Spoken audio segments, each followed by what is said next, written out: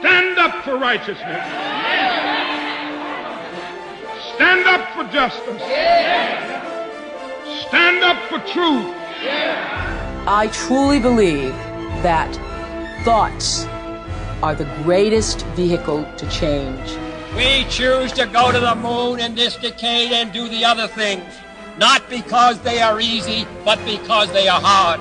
Victory in spite of all terror. Victory however long and hard the road may be. To those waiting with bated breath for that favourite media catchphrase, the U-turn, I have only one thing to say. U-turn if you want to. The ladies not for turning. We do not care whether the cat is black or white, as long as it can catch mice. Hello and welcome to No Limitations. I'm your host Greg Robinson from Blenheim Partners. Today I'm here with my colleague Deborah Thomas, and in this episode we will be debating the question, is diversity winning in the executive and board ranks? So Deborah, please talk us through the current stats. We're going to look at the percentage of female directors on the ASX 200 boards. I'm quoting from the AICD figures. We've got 2016, 25.3%, 2017, 26.2%. So they're up, but it's pretty underwhelming. Fairly marginal, Deborah. Now, if we start looking a little bit more at the statistics across the ASX 300 in the executive ranks, we have 5% of the ASX 300 are CEOs. That's female CEOs. CFOs, we do a little bit better with 13%. But when we get to chairs, the number has decreased. We have 15 female chairs across the ASX 300, which is 5%. Yeah. So we can do better. In the CIOs, Deborah, it's interesting, but unfortunately it's down again. It's dropped 5% in the last quarter. The other interesting stat is head of HR. Deborah, around 70%. HR get an A+, don't they? In terms of numbers, where we're looking at 70% female. I guess the broader question is, and as both you and I work together in our roles as executive search consultants, are you concerned by the fact that it's moving so slowly? Yeah, absolutely, Greg. And if we look at those increases, and I know we're all going tick, tick, tick, and we're on our way to what many people want in terms of the 30% club, but it's a slow trajectory, that's for sure. So there's a lot of discussion, but probably not a lot of action. So then how do we change it? You and I have looked at some research out of Norway. We've heard other debates about quotas. Or encouragement of numbers. What would you suggest, or what have you heard from the market, which would potentially change some thinking in this country? I don't think anybody's a real fan of quotas. I mean, it is debated. It's a difficult one because, you can't manage what you can't measure. I probably prefer targets and a soft sort of target so that we have something that we're aiming towards, and actually people then see commitment, some kind of commitment to some number, because without that number, what are we working towards? A conversation? In regards to a number, have you got any figures in mind which would be a reasonable number? I think in Norway, in 2008, wasn't it, Deborah, they suggested targets of around 40% or numbers at 40%, which they've achieved that. But we're now starting to see some pushback from some companies deciding to take themselves off the listing. That's the danger if a government is going to give you quotas and you have to fill. Yeah. This should be a much more organic growth, I believe. And we did see pushback from Norway in terms of delisting. We saw boards in France where they reduced the number of directors in order to increase the percentage of female directors. But I think sometimes that's more a case of people just don't want to be told what to do. This is the business that we're running. We're running it for the shareholders. What are the interests of shareholders? And is a quota in the interest of shareholders? Who should be around the table?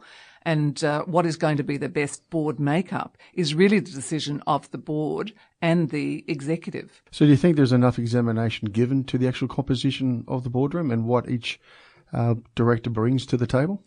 The position that we're in now with so many new challenges for business, particularly in the digital age, really chairmen and boards are having to rethink who is around the table, because there's a whole different set of opportunities, there's a whole different set of challenges, and you have to ask yourself, as a board, have we got the right skills for the business to move forward in the future? Deborah, look, what are your thoughts regards whether the actual diversity debate is in this country?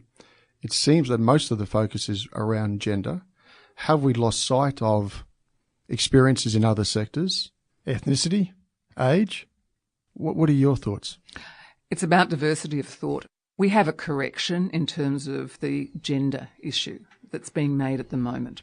It really needs to be around, as you say, ethnicity, around experience, and around gender, so that you are getting that true diversity of thought, particularly as many businesses here in Australia are looking for growth in other territories. So who is around the table that's going to understand the challenges and opportunity in that space? I think if we look at that sort of summary, Deborah, non-Anglo chief executives in the ASX 300 make up 3%. CFOs make up non-Anglo again, 4%. Chairs, that's an interesting number, 1%. So I guess your point is well and truly made. I recently had a meeting with a chair, and that chair said that the best way I see the board is being half male, half female. As I said earlier, it's a correction at the moment in terms of the gender diversity, but we still need to be mindful of the skills that people bring to the board, because ultimately they are there for the shareholders to maximise value. So it's a combination, but I think most people would acknowledge that we are really at this point trying to get a diverse mix across boards, because it hasn't been there and it does need to be there. If you think that 50% of the population is female and 50% is male, at the moment people are talking about a 30%, a 70% mix, not so much 50-50. So let's get to there first and then have the discussion. What's holding females back in that sense? Coming through the executive ranks, a lot of women are not great at putting themselves forward for promotion. So if we're looking at women in, let's say, senior management moving into executive management, what is causing attrition? Because a lot of women take themselves out, first and foremost. Then those that are left, are they putting their hands up and volunteering, not volunteering, but looking for a promotion and selling themselves in the most appropriate way? It would seem that two things are at play. One is that women like to tick 120% of the role requirements, whereas some men maybe tick 50-60, not all, but some will do that in order to go to their boss and say, I'm the person who should be getting that promotion. Mm-hmm. The other aspect of this is that a lot of decisions are made around experience rather than potential.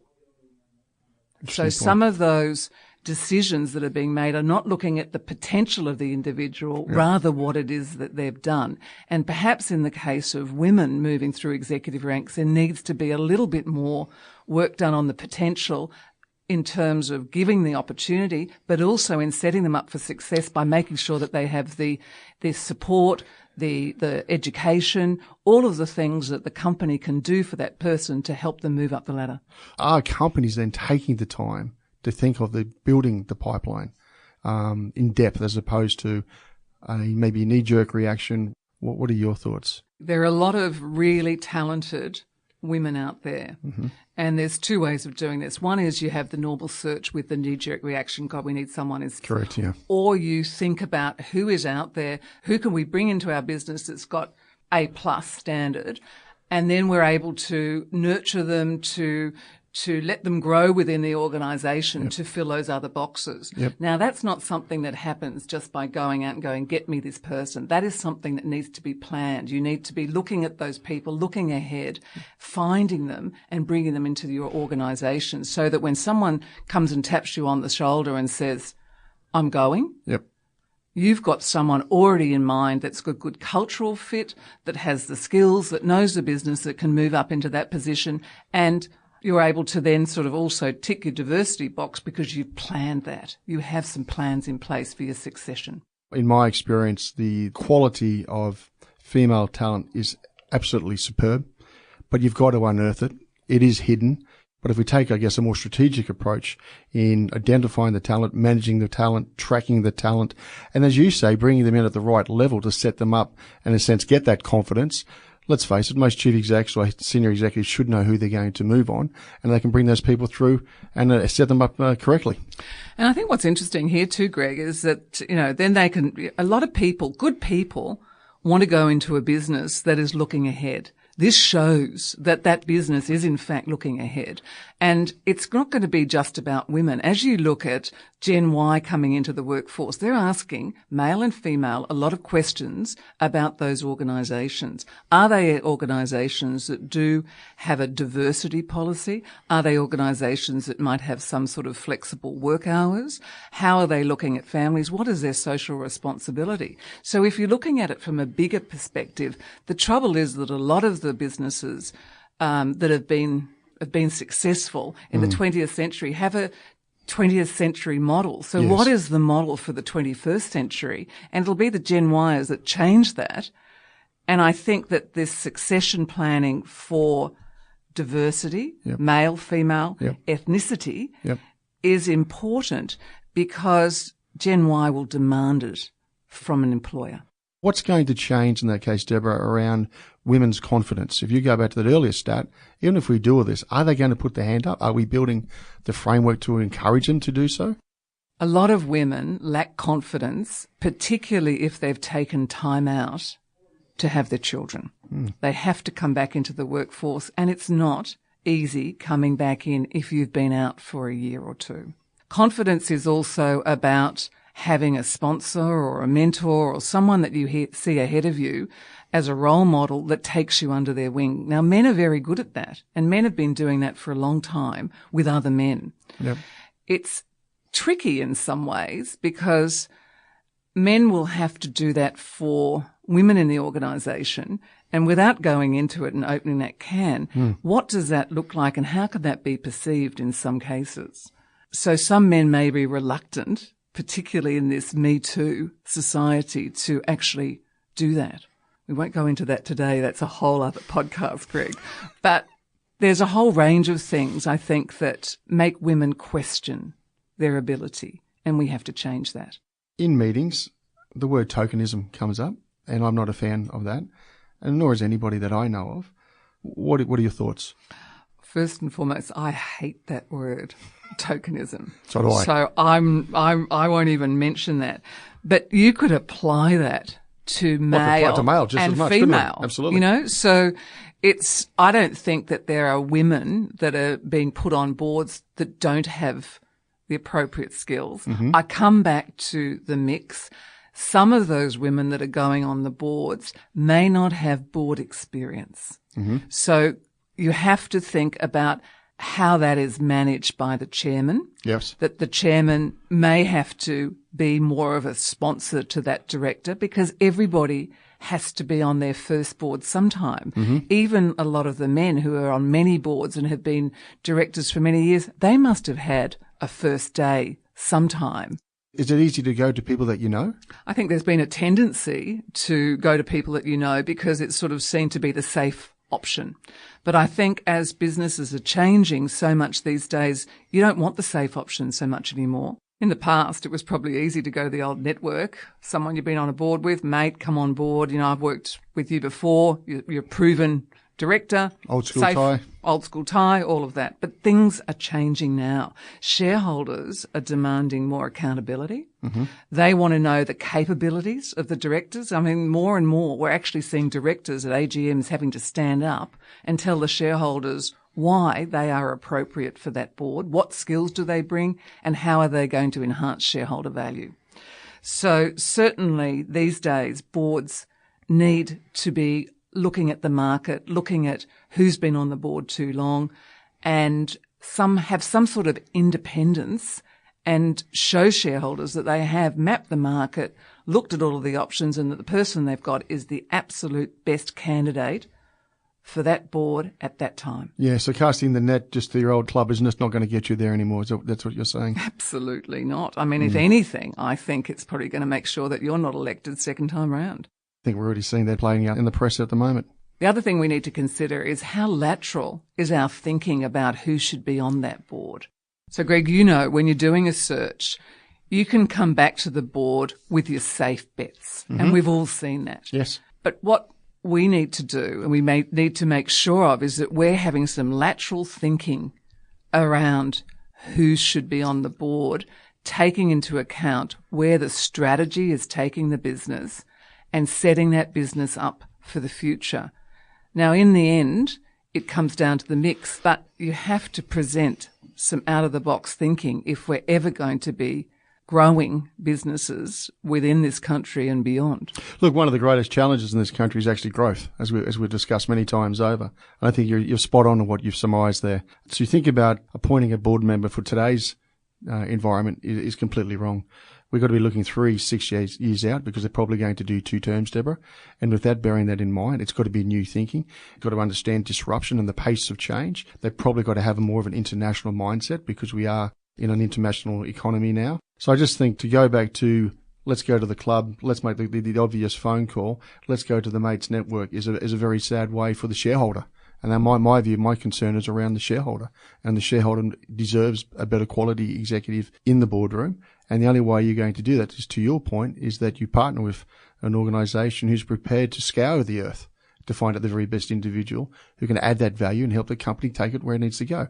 The other thing is, we all forget this, but board directors are only part-timers. So they're only part-timers. You need to get the best part-timers to help encourage and ask the right questions of the executives so they can peak at their best as well. So really what we're saying here too is it's about long-term thinking. It's about, there's been a lot of short-term thinking, not only in business but also in government. Yes. And really that it's about long-term thinking across everything. It's about long-term in terms of the growth of the organisation, the strategy, but it's also long-term around people. And it's about thinking ahead. And it does come back to even what we were talking about earlier in terms of succession planning is long-term thinking ahead. If you're a chief executive or you're HR, CFO, you know in your organisation who's going to make it and who's not. That's your job. So you need to also be thinking about who you're going to bring in and how you're going to have your talent set up for when that person may decide to go somewhere else, retire or whatever that's going to be. But let's just park the numbers for a second. You've lived and breathed it. How hard is it to get to the top as a female? Are we kidding ourselves? Can it be done? What's the roadblocks? What would you like to pass on as your message? Greg, it is tough. And we can't just park the numbers because they tell the story. 15 CEOs on the ASX 300, 5%. So there are women doing it, but not enough. So what are the roadblocks? In some cases, it's women themselves. But that's their choice. They are choosing sometimes to leave middle management because they see other priorities or other options, or they just don't want to go that route. It's not what they choose to do. If they do choose to really try and make it to the top, the roadblocks can be many, and that is often, again, something that we tend to do as women, as I mentioned earlier, and that is to probably sometimes overthink that promotion and rule ourselves out. We edit our own career and not necessarily in a positive way. I get a lot of calls from women who are looking to go to the next step, and they often tell me why they shouldn't rather than why they should. So when it comes down to it, there's a lot of factors at play. It may be education. It may be opportunity. It may be just simply having the right leaders in an organisation who are going to look for diversity within their workforce, something that I think needs to be done more and more. One of the things that I'm passionate about, as you know, is getting more women into that executive funnel. At the moment, it's all about boards, and we're seeing a lot of women leaving senior management roles to go on to boards. Good and bad. Because are we now leaving a vacuum in the executive ranks? And how are we going to bring more women through there to be on the boards of the future? Numbers. 27% NEDs on ASX 200 boards. CEO 200, we're at 6%. So we've got a lot of work to do for CEOs, for CFOs, for CIOs, in order to get them up into that funnel and make sure that we're preparing ourselves for the NEDs of the future. Deborah, what about the females at 45 years of age who are calling us now to go onto boards? Are they leaving the best opportunities behind in doing this? I think in many cases, yes. And we're actually getting to the point, as those board positions start to fill up, that a lot of women are perhaps taking themselves out of senior management and not setting themselves up for future opportunities. Now, the discussion is very much around women on boards and not enough about women in executive roles, in C-suite roles. And we need to increase the number of women in those positions. They are the future NEDs, and they're going to be looking for those positions, and they will have the competencies and the skills and the experience required to go straight onto a board when those targets have been met. Deborah, this is an incredibly important discussion. It's been debated in boards and executive ranks for a long period of time. I think what we covered today was merely the tip of the iceberg. Thanks for joining me. Thanks for sharing your views. I look forward to catching up again and discussing this in more detail. Thanks, Greg. It was an absolute pleasure.